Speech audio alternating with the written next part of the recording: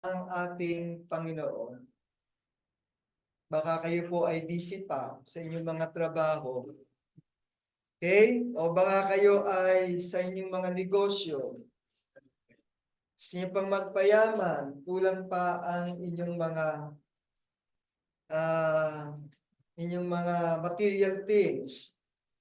But the question is, alam naman po natin na lahat tayo ay busy sa ating mga pang-araw-araw na ginagawa, sa ating trabaho, sa ating pag-aaral, sa ating mga pamilya, busy sa panonood ng Netflix, pag-ML. Lahat tayo may mga iba't ibang dahilan.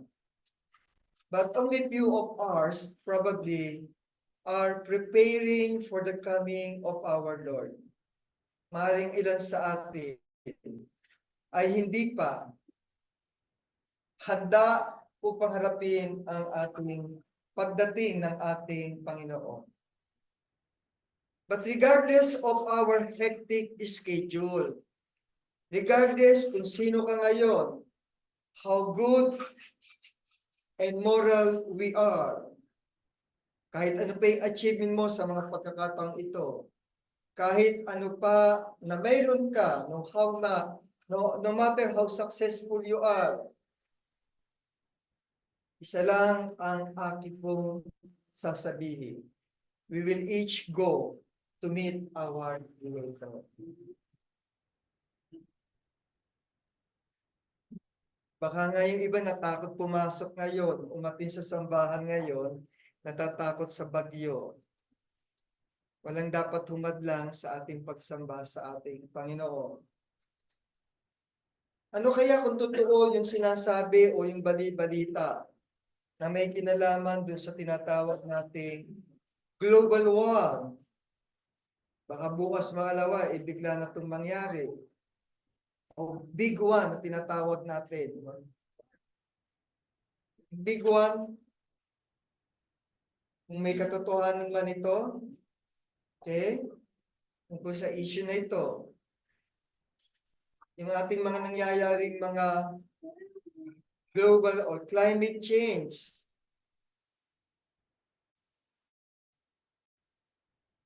may mga bansa na, Saudi Arabia po, binabalot na ng snow. Kada yung mga dating lugar na kung saan ay may snow, wala nang snow. Yung issue tungkol sa North Korea, yung paghahanda nila para sa mga nuclear weapons. Yung magulong politika sa Pilipinas, sa Amerika at sa iba't ibang panig ng Pilipinas. Ilan lamang yan sa mga nakikita nating kaguluhan, hindi lang sa bansang Pilipinas. Buong mundo, wala na pong kaayusan.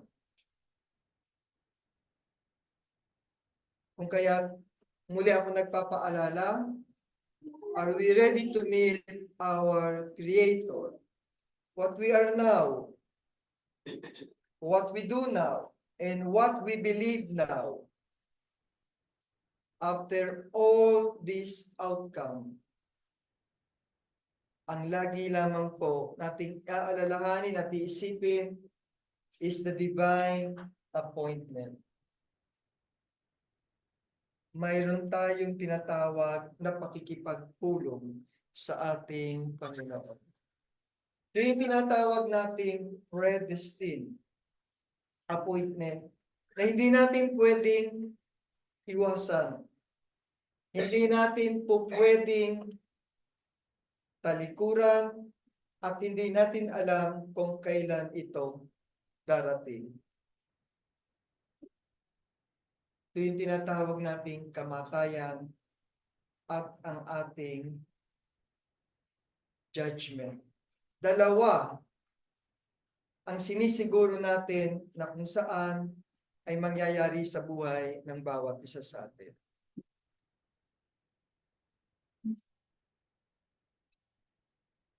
And the question is, are you prepared?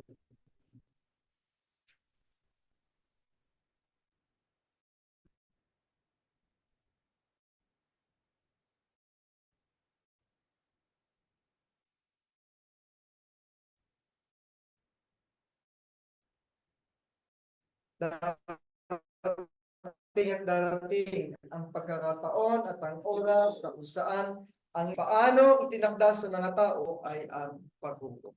Kaya okay, ready ka na ba na sa mga oras na ito, kung dumating yung tinatawag natin big one, yung paghukom o yung tinatawag nating kamatayan ng bawat isa sa atin. At kung paano itinakda sa mga tao ang mamatay na minsan, sinasabi nga po, death is inescapable. Hindi natin pwedeng takasan. Pwede nating i-delay yung appointment natin sa doktor o sa eskwelahan o yung sa trabaho. May mga schedule kayo dyan. Pero once na dumating na yung takdang panahon, yung terminal day ng bawat isa sa atin, and no one knows it. Hindi mo alam kung kailan ito. Natutulog ka ngayon, hindi mo alam, hindi ka gigising. Pagbaba natin dito sa kalsada, hindi natin alam kung ano ang mangyayari. Kung kaya't ang ating Panginoong Jesucristo ay laging nagtuturo na kailangan handa tayo sa ating kamatayan. Sa Lucas 16:19-31, ito yung istorya na kinuwento o tinuro sa atin ni kapatid na Darwin tungkol doon sa mayaman at si Lazarus. Okay? Na kung saan ay istorya ng mayaman, na kung saan kasama ni Lazaro na mahirap si Abraham sa kalangitan. Dito tinuturo na kung sila ay namatay, bakit daw yung mayaman, tinatanong niya si Abraham kung bakit si Lazarus ay kasama niya. Okay, samantala siya ay nandun sa Hades o sa lugar ng paghihirap. Dito pinakikita lamang na ang buhay ng tao ay hindi dapat nakasentro lamang sa mga material na bagay o kayamanan na mayroon tayo dito. Ang kayamanan ay pansamantala, ngunit ang ating mga espiritual na pagpili o kung ano yung choice nating pinili sa buhay na ito ay may eternal na kahalagahan. Darating ang ating Panginoon tulad ng isang magnanakaw. Darating siya para tayo ay husgahan. Walang nakakaalam ng eksaktong araw, oras o lugar na kung saan babalik ang ating Panginoon. Kung kaya't dapat ang bawat isa sa atin ay maging handa. Dahil ang bawat isa sa atin ay may pananagutan sa Diyos sa kung paano nating ginagamit yung mga biyaya na kanyang ipinagkatiwala sa bawat isa sa atin. Binigyan kayo ng karapatan para siya ay sambahin. Ngunit nasaan tayo? Binigyan tayo ng kakayahan, ng skills para gamitin natin. Ngunit saan natin ginagamit? Yung Lucas na kung saan ay pinakilala yung buhay ng mayaman at ni Lazaro ay mga talata sa banal na kasulatan na nagpapaalala na kung saan ang buhay natin sa mundong ito ay pansamantala. At ang ating paghahanda para sa ating muling pagbabalik ng Diyos ang siyang isinasagawa natin dito. Ito ay makikita sa paraan ng ating mga pananampalataya, sa ating pagganap, sa ating paglilingkod, hindi lamang sa ating kapwa, bagkus sa ating Panginoon. Kung kaya't hindi natin dapat ipagpaliban o isa walang bahala ang ating mga pananampalataya. Bagkus, ito na yung panahon na dapat ang pagbabagong loob natin ay isinasagawa na natin. Hindi yung kung kailan lamang tayo may mga problema.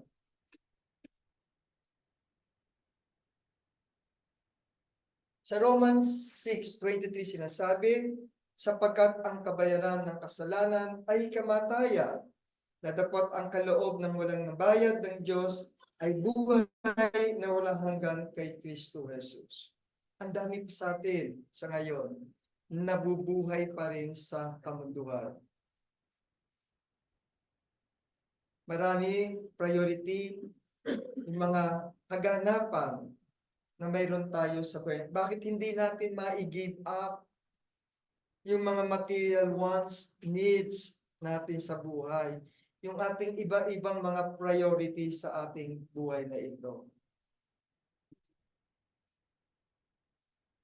Kalaswaan, okay? Yung mga tinatawag na iba't ibang sins in this world. Mga sins which Christians must avoid. Hindi natin ma-give up yan.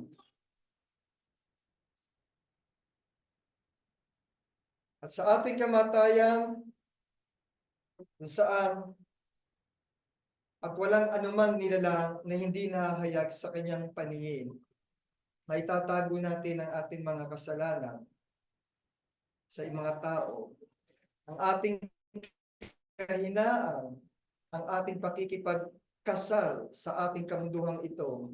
Pero sa paningin ng Panginoon, walang anumang nilalang na hindi nahahayag sa kanyang paningin. Ngunit ang lahat ng mga bagay ay hubad at hayag sa harapan ng mga mata niyang ating pagsusulitan. Anong nais ko pong sabihin dito? We can successfully hide our sin from others in our life, but not from our God. At ang kabayaran ng ating mga kasalanan ay tinatawag na eternal death.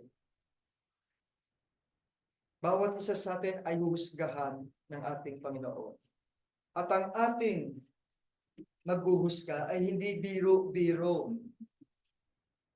Yung mismong gumawa sa atin ang huhusga sa atin. The judges are just and the judgment will be righteous for every one of us.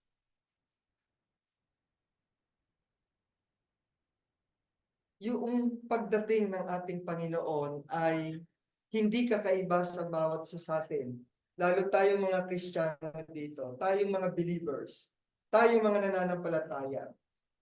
Dahil linggo-linggo, binabanggit natin ang pagdating, hinihintay natin yung pagdating ng ating Panginoon.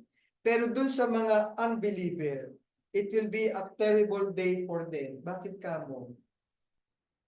Kasi hindi nila nadidinig na pag-aaralan yung tinatawag na pagdating ng ating Panginoon. Ngunit sa takdang panahon, ang bawat isa sa atin ay magbibigay ng sulit sa Diyos ng kanyang mga sarili. Anong ginawa natin sa mundong ito? Tayo ba'y naging mabuting mga Kristiyano? Tayo ba'y naging mabuting mga tagasunod? Tayo ba'y sumunod sa kanyang mga aral? Ito ay makikita sa Romans 14:12. Sa takdang panahon, may judgment tayo. Lahat tayo ay hahatulan ayon sa ating mga gawa. Sapagkat nagtakda ng isang araw ng kanyang ipaghukom sa sanlibutan ayon sa katwiran sa pamamagitan ng lalaki kanyang itinalaga, sino ang ating Panginoon sa Kristo. Huhusgahan. Kaya walang makakaligtas ang bawat isa sa atin eh. Yung katuruan ng mga born again, na kung saan sinasabi, manampalataya ka po. Ligtas ka na agad. Yun ang katuruan na kung saan ay hindi ko po matanggap sa tuwing pinag-aaralan ko ang banal na kasulatan. Bakit kailangan? Nanampalataya ka, oo nga, pero ang iyong buhay, hindi mo naman isinabuhay. Hindi ka humingi ng pakapatawaran. hindi ka gumawa ng kabutihan, ipinagpatuloy mo yung dati mong gawain. Paano kang susulitin?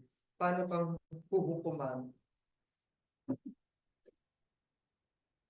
Bawat isa sa atin ay huhusgahan kung ano ang ating naging buhay sa mundong ito. Kung paano tayong namuhay. Doon tayo i-judge. Hindi yung nanampalataya lamang tayo basta-basta. Titipunin niya sa harap niya ang lahat ng mga bansa at sila ay pagbubukod-bukodin na gaya ng pagbubukod-bukod ng mga pastor sa mga tupa at sa mga kambing. Ang sarap pakiramdam. Siguro sana tayong lahat nandito tayo sa isang pagbubukod, pag-aangat dahil tayo ay mga tunay na Kristiyano na natiling lumalakad ng naaayon sa kalooban ng ating Panginoon. Ang sarap, lalo na't kasama natin yung ating mga pamilya, ang ating mga mahal sa buhay.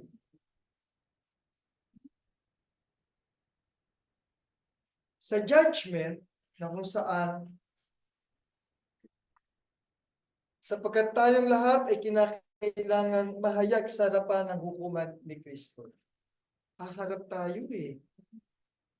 Nakakalungkot kung ang isa sa pamilya natin, mahal natin sa buhay, sa pagharap natin, hindi natin kasama. Bakit ngayon? Hindi pa lang. Ngayon pa lang. Bakit hindi natin sila akayin?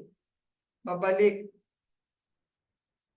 Huwag nating hayaan yung ating mga mahal sa buhay. Ang ating kapatid, ang ating magulang, ang ating mga anak, hindi ba't napakasarap na kasama natin? Na habang tayo ay nasa harapan ng Panginoon, kasama natin sila na kung saan ay mabigyan ng tamang paghatol din ng ating Panginoon. Kasi sa ating pagharap sa Panginoon ay ipapaliwanag ang ating mga gawa. Nakasulat po yan sa Korinto, 2 Korinto 5:10. Kung ano yung ginawa natin sa mundong ito, ipapaliwanag sa atin, o ikaw ay naging mabuting Kristiyano, ikaw ay Kristiyanong masasabi lang sa pangalan. Ang paghatol ng Diyos ay perpekto at walang pinapanigan. Yan ay makikita natin sa Deuteronomio 32:4. Hindi po pwedeng ikaw ay ministro. Bibigyan ka ng Panginoon ng special. Depende yun sa iyong pamumuhay. O dahil sa ikaw ay mabuting anak lang, pero wala kang pananampalataya. O dahil sa ikaw ay mayaman, o dahil sa ikaw ay walang kasalanan, walang nakarating sa ating Panginoon, sa harap ng ating Panginoon ng walang bahid kasalanan. Paghatol ng Diyos ay perpekto at walang pinapanigan. Ang lahat ay hahatulan ang bawat isa ayon sa ating mga gawa. Ito ay makikita natin sa Roma 2:6. Kaya paano nyo sasabihin na mananampalataya ka, ligtas ka lang? Tapos wala kang gawa. Ito ang linaw sa Roma. Hahatulan po tayo ayon sa ating mga gawa. O sige, tinanggap mo si Kristo na may Diyos, pero hindi mo naman isinabuhay. Hindi mo binago ang iyong sarili. Hindi mo sinunod ang kanyang mga salita. Paano ka mahatulan kung ikaw ay walang gawa? Ang hatol ay nakasalalay sa pagtanggap o pagtanggi sa sakripisyo ng ating Panginoon.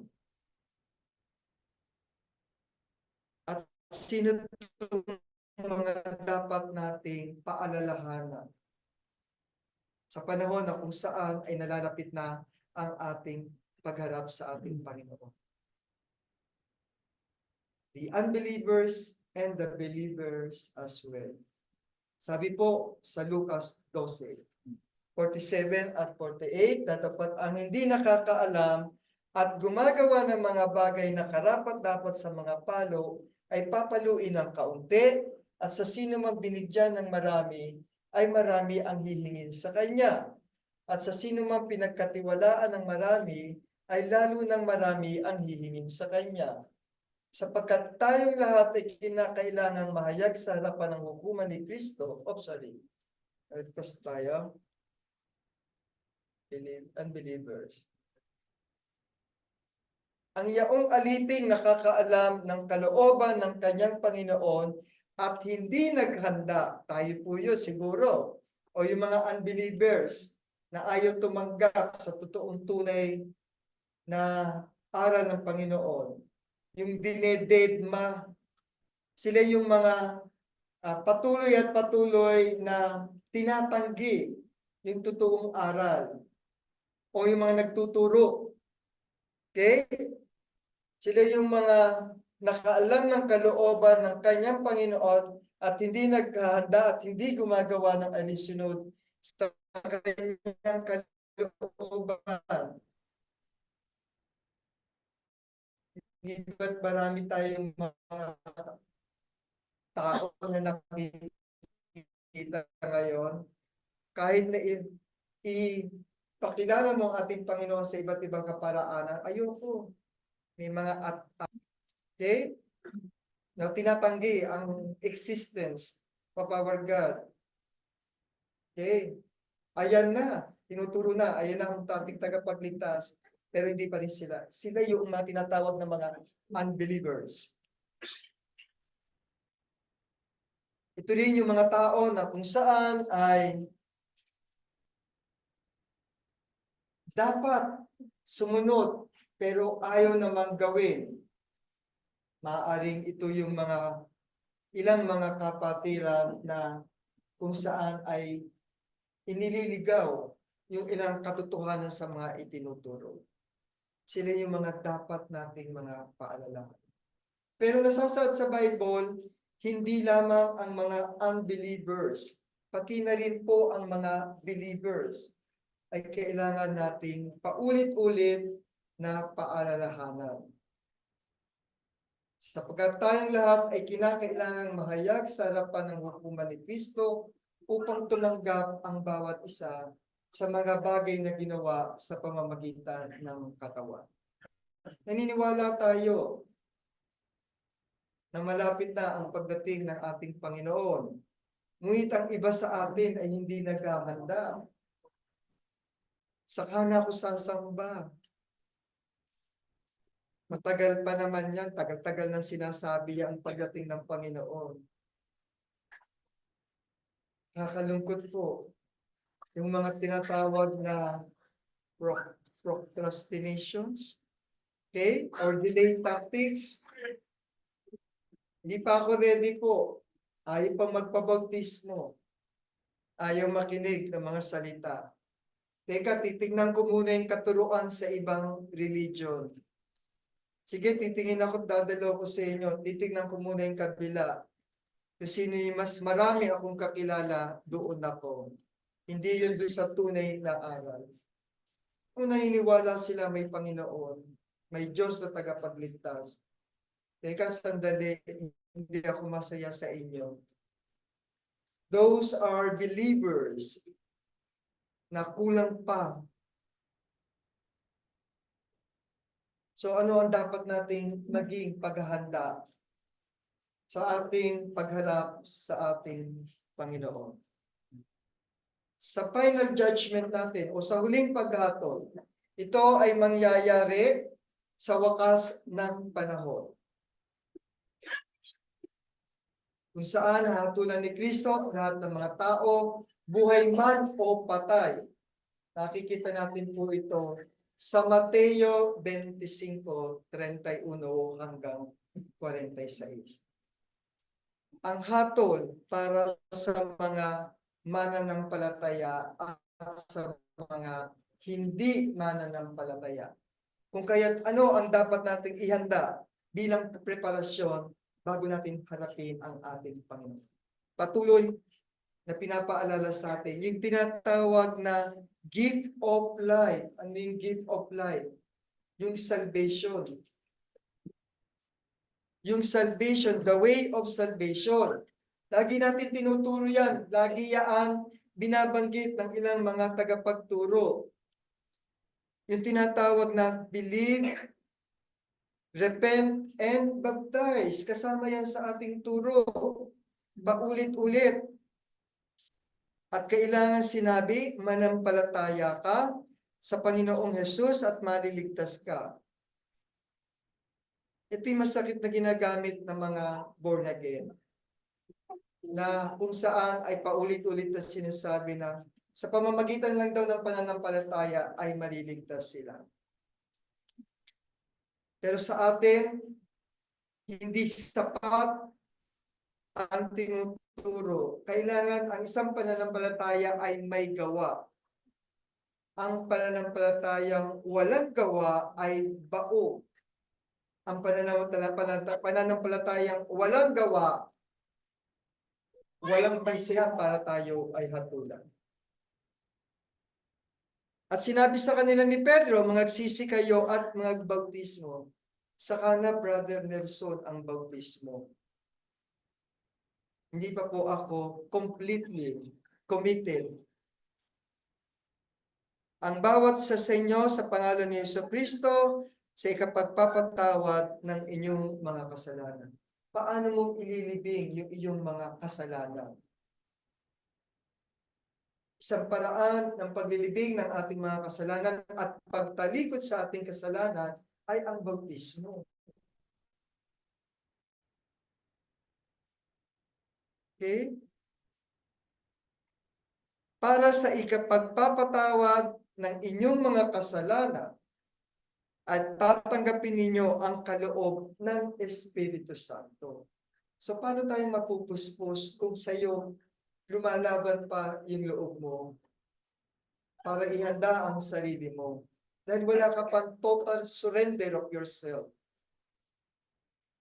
Kaya kapag tayo ay hinatulan, ang hatol para sa mga mananampalataya, ang mga mananampalataya kay Kristo ay harap sa tinatawag na judgment seat of Christ na makikita natin sa 2 Korinto 5:10. Ang layunin nito ay para gantimpalaan ayon sa kanilang mga gawa bilang mga mananampalataya. Samantalang, yung mga hindi nananampalataya, ang mga hindi kumikilala sa Diyos, ay hahatulan ayon sa kanilang mga kasalanan at itatapon doon sa tinatawag na parang lake of fire, na makikita naman natin ito sa Pahayag 20:11 hanggang 15. Sa lake of fire, sinasabi sa banal na kasulatan, okay? Dahil hindi pa tayo, walang nakabalik para magpakita, magpahayag kung naranasan nila ito o hindi.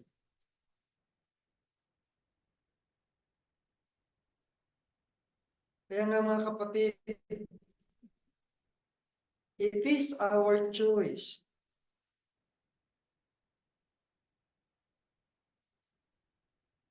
It is our choice kung kailan ka dapat gumanap.